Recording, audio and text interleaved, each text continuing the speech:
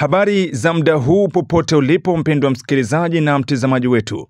Ujambo na karibu kwenye habari zetu za asubuhi ya leo, ikiwa ni tarehe 12 mwezi Novemba mwaka wa 2025. Msomaji ni Ramsey Ramadhani. Karibu kuungana nasi.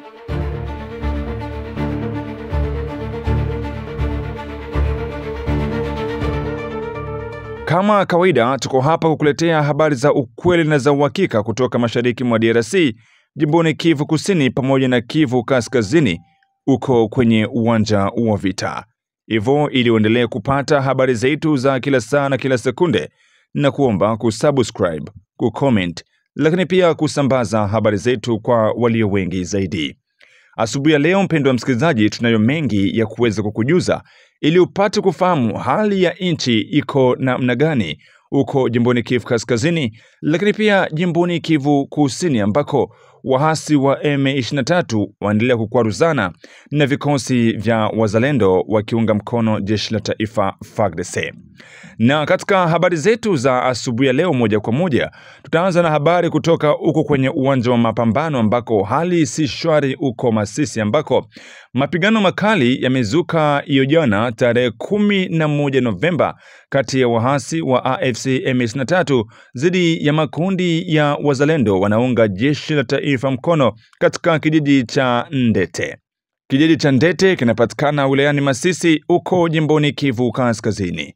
Vita hivyo vilianza mapema asubuhi na viliendelea hadi majira ya jioni na kuwafanya wananchi wa kawaida kuingia katika mateso makubwa na hofu ya kupoteza maisha yao. Kwa mujibu wa vyanzo kadhaa vya eneo hilo, milio ya silaha nzito na nyepesi ilisikika tangu alfajiri katika maeneo ya Ndete. Mashuhuda wanasema kuwa wahasi wa AFC M23 wameanzisha mashambulizi makubwa kwa lengo la kuchukua udhibiti kikamilifu wa eneo ya Nyamaboko, ambako baadhi ya vijiji bado viko chini ya ulinzi mkali wa makundi ya wazalendo wanaoshirikiana na jeshi la taifa FARDC. Wakati huo huo, AFC M23 inaituhumu serikali ya Kongo kupitia jeshi la FARDC kwa kushambulia ngome zao za uko Luke usiku wa kuamkia tarehe 11 Novemba mwaka wa 2025 kwa kutumia ndege zisizo na rubani, drone za kijeshi. Kupitia ukurasa wake wa X, zamani Twitter, msemaji wa Alliance Fleuve Congo amelaani mashambulizi hayo akisema kuwa vuguvugu hilo alitorizika tena na kulalamika tu, bali litaamua kuchukua hatua za kuwalinda na kuwatetea raia wa eneo hilo. Wakahaji wa maeneo hayo wamelalamika kwamba pande zote mbili katika mapigano ziliwatesa na kuwafanya maisha yao kuwa magumu zaidi. Mnamo Jumapili tarehe 9 Novemba, shambulio linalodaiwa kufanywa na jeshi la taifa FARDC limeharibu mapaa ya nyumba 4 katika kijiji cha Kibehemula, eneo la Rutoboko Nyamaboko wa kwanza, na kuacha familia kadhaa bila makazi. Kwa upande mwingine, vikosi vya jeshi la AFC M23 vinavyosemekana kuungwa mkono na Rwanda vinadaiwa kuwalazimisha raia kubeba mzigo wa risasi na vifaa vingine vya kijeshi kuelekea kwenye vituo vya mapambano, kitu ambacho kinapelekea vijana wengi wa Masisi kukimbia maeneo hayo kwa ajili ya kutafuta usalama wao binafsi. Mashirika ya kiraia inalaani vikali kitendo hicho cha wahasi kuwabebesha mizigo watoto wadogo ili kuwafikishia vifaa vyao uko kwenye uwanja wa vita.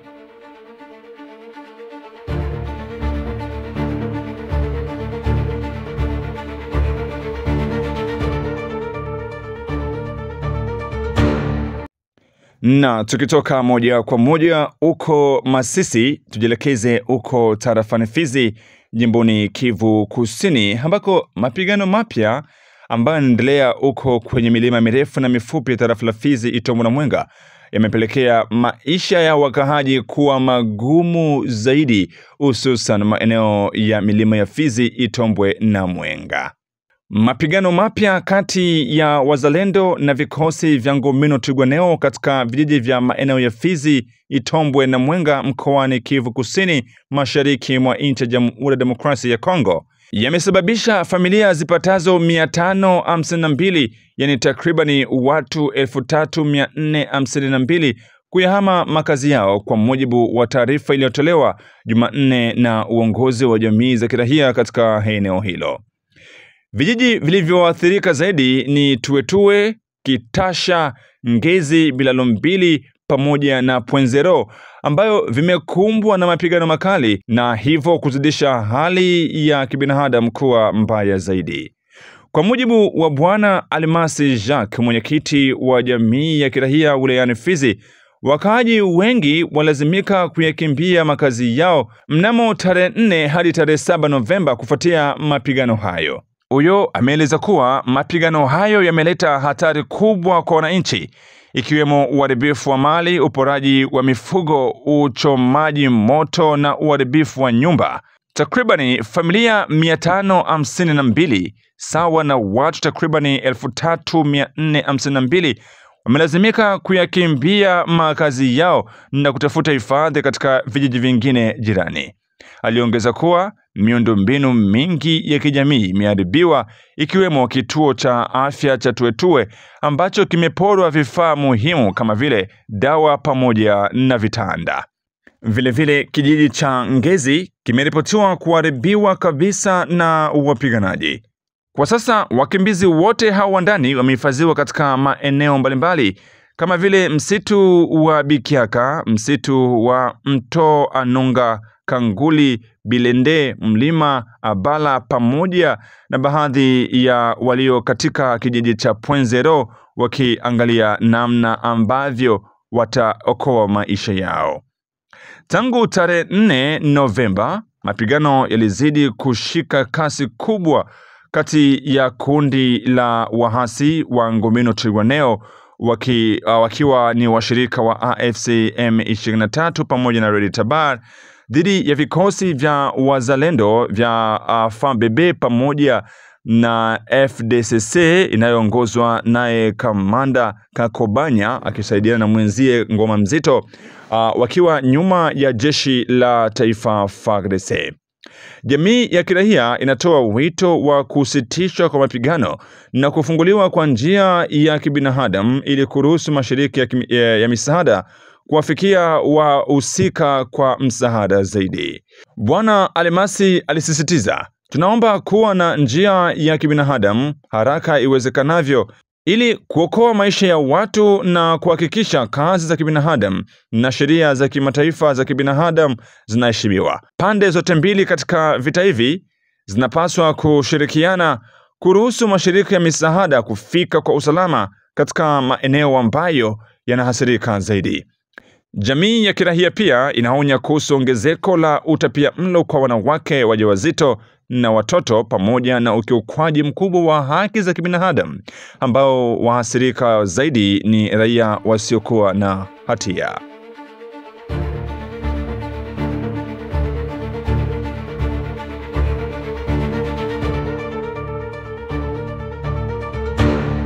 Na tujelekeze moja kwa moja uko Kivuye ni tarafani Masisi pia, ambako katika eneo la Masisi jimboni Kivu Kaskazini hali ya usalama endelea kuzorota baada ya mapigano makali kati ya vikosi vya wahasi wa AFC M23 na vikundi vya walinzi wa kujitegemea wanaojulikana kama wazalendo.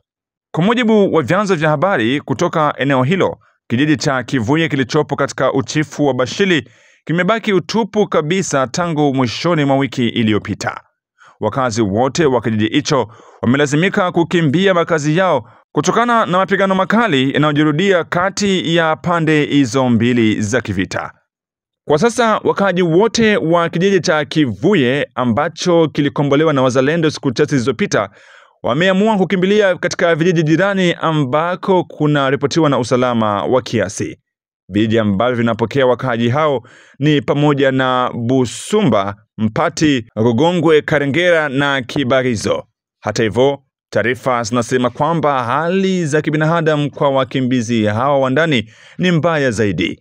Wengi wao wanalazimika kuishi katika familia za wenyeji, makanisani na shuleni bila chakula cha kutosha, maji safi wala huduma bora za afya, kwani walikimbia bila kubeba mali zao. Kwa sasa kijiji cha Kivuye kimegawanyika katika sehemu mbili. Upande mmoja unadhibitiwa na waasi wa AFC M23 huku upande mwingine ukiwa chini ya udhibiti wa wazalendo. Mapigano yaliyoshika kasi kuanzia Alhamisi iliyopita yamesababisha kusimama kabisa kwa shughuli zote za kijamii na kiuchumi katika eneo hilo. Wachambuzi wa masuala ya usalama mashariki mwa nchi ya Jamhuri ya Demokrasia ya Kongo wanasema kuwa hali hii inaongeza idadi ya watu waliokimbia makazi yao katika wilayani Masisi, ambapo maelfu ya raia wamepoteza makazi yao tangu kuanza kwa mapigano mapya mwaka huu. Wakati huo mamlaka za eneo hilo na mashirika ya kibinadamu yatoa wito kwa pande zote mbili husika kusitisha mapigano mara moja ili kuruhusu misaada ya dharura kuyafikia wakimbizi wa ndani na kurejesha hali ya utulivu maeneo hayo ambako raia wanakimbia kila kukicha.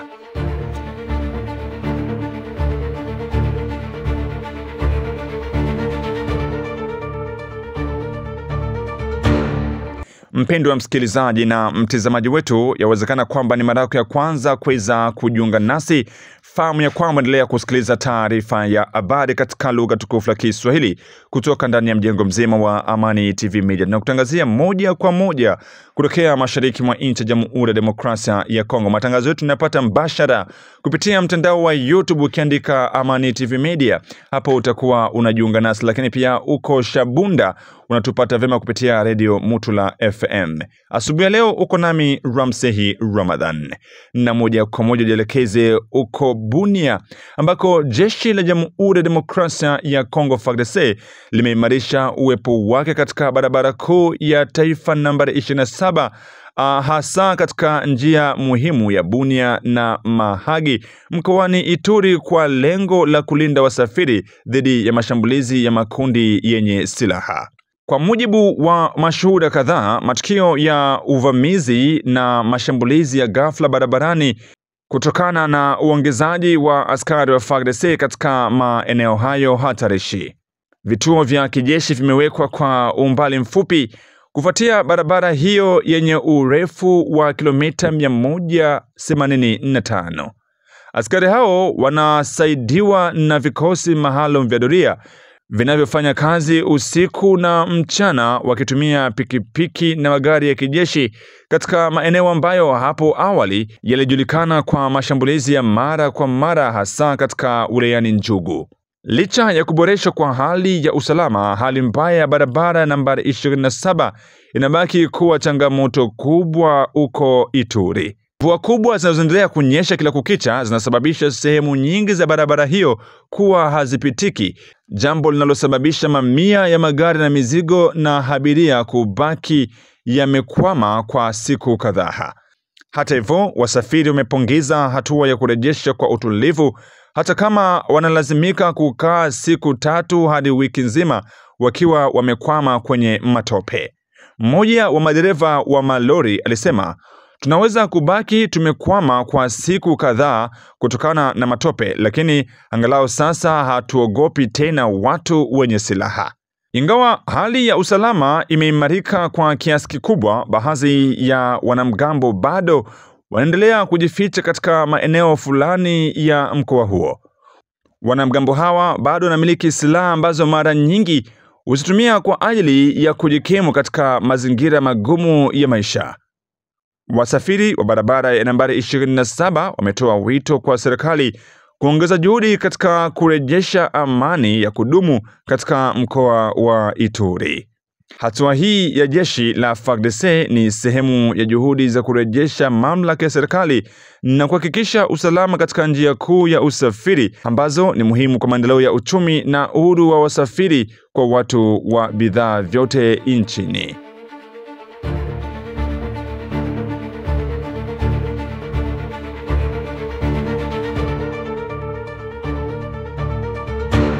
Na moja kwa moja tusitishe taarifa yetu ya habari za asubuhi ya leo na habari kuhusu kuwekwa chini ya ulinzi Generali John Chibangu. Jeshi la Jamhuri ya Demokrasia ya Kongo FARDC linaendelea na hatua zake za ndani za kuwapanga upya maafisa wa ngazi za juu, hatua ambayo sasa imegusa majina makubwa katika uongozi wa kijeshi nchini humo. Taarifa zilizopatikana zinasema kuwa Jenerali John Chibangu, anayejulikana pia kwa jina la Chivanga, amezuiliwa kwa muda mfupi jijini Kinshasa katika kambi ya kijeshi ya Kokolo tarehe 10 Novemba mwaka wa 2025. Tukio hili limekuja wiki chache tu baada ya Jenerali Pacifique Masunzu aliyekuwa kamanda wa kanda ya 3 ya ulinzi naye kuitwa Kinshasa na kuwekwa chini ya ulinzi wa kijeshi kwa uchunguzi maalum. Kwa mujibu wa duru za kijeshi, Jenerali Chibangu alikuwa kamanda wa kanda ya 21 ya kijeshi inayojumuisha eneo la Grand Kasai, akiwa na makao makuu yake huko Mbuji-Mayi. Aliteuliwa katika wadhifa huo mwaka wa 2022 akichukua nafasi yake Jenerali Marcel Mbangu Mashita, na jukumu lake kuu lilikuwa kuhakikisha usalama na kudhibiti vitendo vya uhalifu katika eneo la Kasai lililokuwa likikabiliwa na changamoto za usalama kwa muda mrefu. Taarifa za ndani zinasema kuwa kuzuiliwa kwake kuna uhusiano na uchunguzi wa utata wa kifedha unahusisha zaidi ya dola milioni 5 za Kimarekani kati yake na wafanyabiashara wa asili ya China, suala ambalo bado linachunguzwa na mamlaka za kijeshi. Kwa upande mwingine, Jenerali Pacifique Masunzu aliyekuwa akisimamia usalama wa mikoa ya Kivu Kaskazini, Kivu Kusini na Ituri, naye aliripotiwa kuitwa Kinshasa mapema mwezi huu katika kile kinachoelezwa kuwa hatua ya kusafisha mfumo wa kijeshi. Masunzu akiwa miongoni mwa makamanda wa kongwe zaidi waliokuwa mstari wa mbele katika vita vya mashariki mwa nchi ya Jamhuri ya Demokrasia ya Kongo, na yeye mpaka sasa anasalia huko Kinshasa kwa uchunguzi wa kina. Wachambuzi wa mambo ya usalama mashariki mwa nchi ya Jamhuri ya Demokrasia ya Kongo wanasema kuwa matukio haya mawili yanadhihirisha mabadiliko makubwa ndani ya safu ya uongozi wa kijeshi, huku serikali ikionekana katika kurejesha nidhamu, uwajibikaji na uaminifu kwa viongozi wa ngazi za juu za kijeshi. Mpaka sasa hakuna taarifa rasmi kutoka kwa Wizara ya Ulinzi kuhusu hatua itakayofuata dhidi ya Jenerali Chibangu, ingawa chanzo kimoja cha karibu na jeshi kinaeleza kuwa uchunguzi unaendelea kwa njia ya ndani na kwa utulivu zaidi.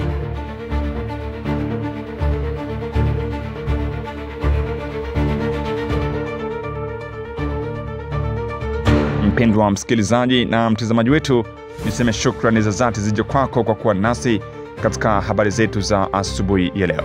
Bila kusahau, leo ni tarehe 12 mwezi Novemba mwaka wa 2025, na hii ni Amani TV Media, na mimi ni mtangazaji wako Ramsehi Ramadhani. Ili uendelee kupata habari zetu za kila saa na kila sekunde, na kusubscribe, kucomment, lakini pia kushare habari zetu kwa walio wengi zaidi, na tukutane tena katika habari zetu za hapo baadaye, na kuaga kwa kusema bye bye. Amani ya Mwenyezi Mungu iwe pamoja nawe popote uliko.